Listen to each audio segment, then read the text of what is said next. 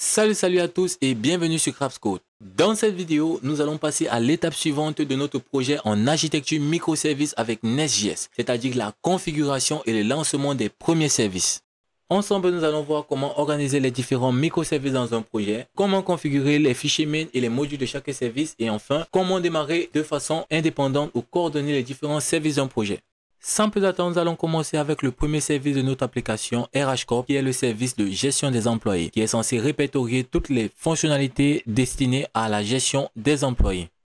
Et nous aurons comme première étape ici la configuration du fichier d'entrée de notre service Employees. Fichier dans lequel nous aurons à gérer ici la communication entre les différents services, où nous aurons ici à configurer le transporteur, c'est-à-dire le protocole par lequel les différents services auront à échanger leurs données, où nous aurons à configurer ici le port d'entrée de l'application et bien sûr ici le hostname, c'est-à-dire quoi? L'adresse ou bien le nom de domaine sur lequel le service sera hébergé, de telle sorte que le service ne sera pas directement accessible tel qu'une application, mais sera accessible ici via une communication en utilisant ici un protocole interne, soit TCP, soit NAT ou encore ici des éléments internes de socket. Dans notre cas, nous allons choisir un protocole par défaut qui est le protocole TCP, qui est caractérisé ici pour son utilisation dans les services classiques, les microservices classiques ici, qui permet ici la transaction et la communication des éléments ou bien des données entre les différents services, les données de nature textuelle ou encore les données de base. Ensuite, après la configuration ou bien après le choix de notre transporteur, nous allons maintenant passer à la prochaine étape qui est ici la configuration des paramètres de notre microservice, à savoir ici le choix du hostname ou encore le choix de l'adresse de déploiement et ensuite plutôt le choix de notre port.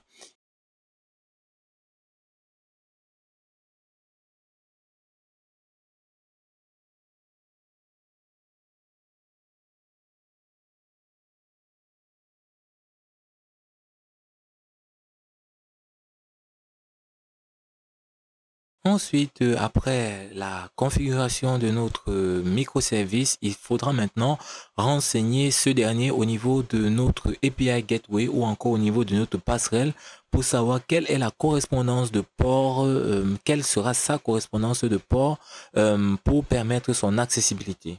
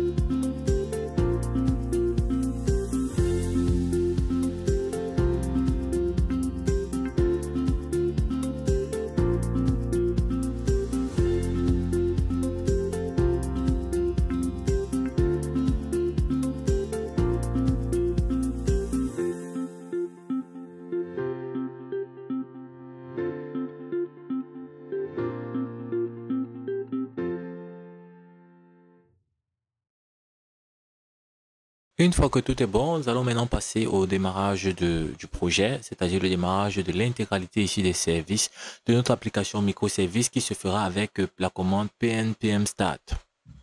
Et là, dans notre navigateur, nous pouvons voir le premier résultat ici de notre application microservice que nous avons décidé de renvoyer